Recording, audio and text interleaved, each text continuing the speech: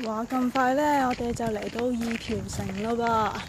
首先呢，我哋眼前見到嘅呢，就係孭住50噸行李嘅 Cammy 小姐。正式嘅時候，你睇到咁多綠色。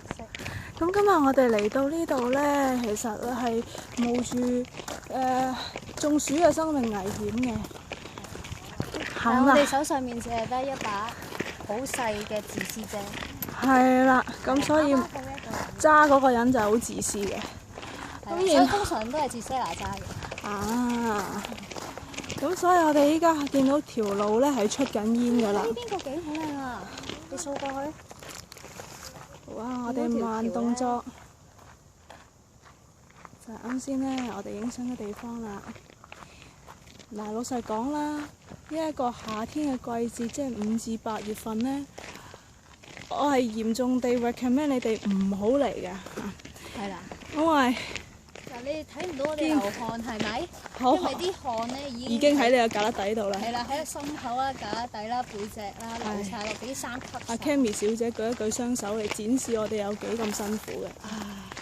我哋今次嘅旅程呢，尤其是嚟京都呢度係非常之崎嶇㗎噃。咁請 Cammy 小姐講解一下，我哋呢個自由行琴日又做咗啲咩嚟咧？嗱，我哋咧本身就喺呢個大阪嘅 JR 線搭去京都 JR 線，諗住一嘢嚟到，再轉一個濕皮咧就可以到我哋嘅 hostel。但係唔知點解咧，佢就又冇錢啊，成日出唔到閘啊。咁兜嚟兜去之後咧，原來有轉線啊，轉咗10幾20萬條線，跟住有一個疑似好心嘅大叔諗住幫我哋喎。哇，個樣真係好似想奸咗我哋兩個咁。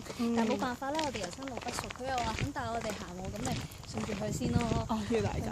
咁所以到最後尾係有俾奸嘅。咩 send 咗機行啦，又 send 做啊。跟住最後咧咩基安斯座啊咁樣，你都唔知我講乜嘢啊，因為我哋都唔知答咗啲乜嘢。咁總之最後好彩，我哋諗住冇地方瞓嘅時候咧，竟然嗰個 staff 咧翻咗嚟，咁我哋先有得瞓。咁有一樣嘢幾開心嘅，就即係有遇到啲唔同國家嘅人啦。咁有個台灣好年輕有為嘅。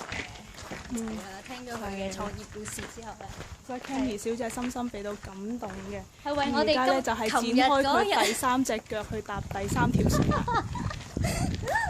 呢個唔出得街呢一忽。呢一樣嘢咧，只不過咧係你睇下呢個幾好唔好咧？係。只不過咧係見到一個年青有為嘅人咧嘅時候咧，好感動啊！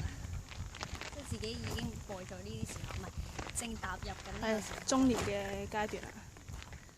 中年嗰個咧就係揸緊機嗰個，所以佢非常之清楚。哇，好靚！係咁話。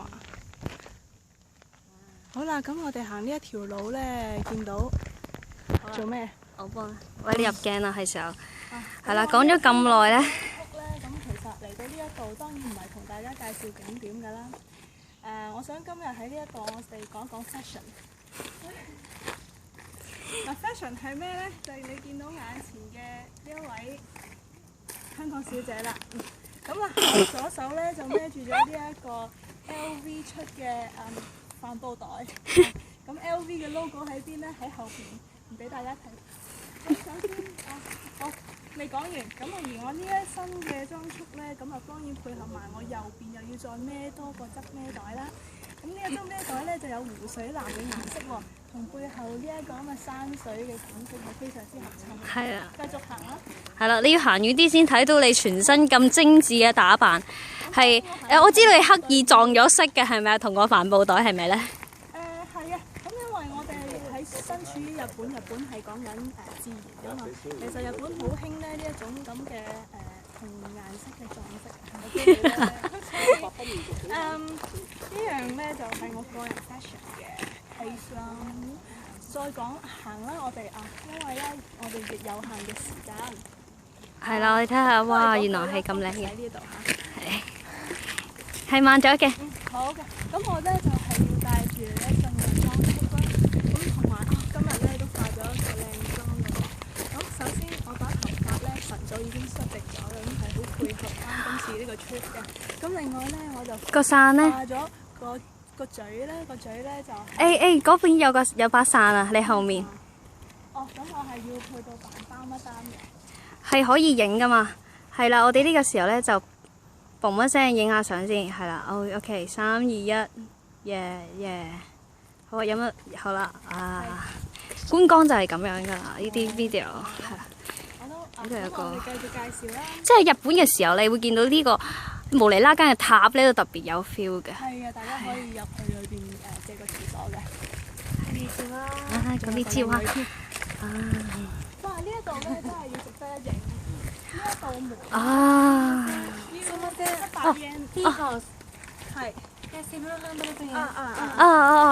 OK，係わかりました。咁我哋影過去河嘅對面岸啦。見唔見到？會見到呢個二條城。啱先我哋入過去㗎啦，我哋要赤腳咁入去，兜咗一個大嘅白鴿轉。而呢個白鴿轉係充滿住意思，亦都非常之離奇，因為入邊咧係冇嘢睇嘅，咁所以咧我哋可以 skip 咗佢。咁其實我哋今日嚟到咧，就主要係插旗嘅啫嚇，插咗旗啊可以即刻走。咁我哋之後咧就會去邊咧？咁當然我哋嘅行程係非常之緊密嘅。咁我哋咧就當然繼續留意住 Cammy and Gisela Channel。 OK，加油啦啦！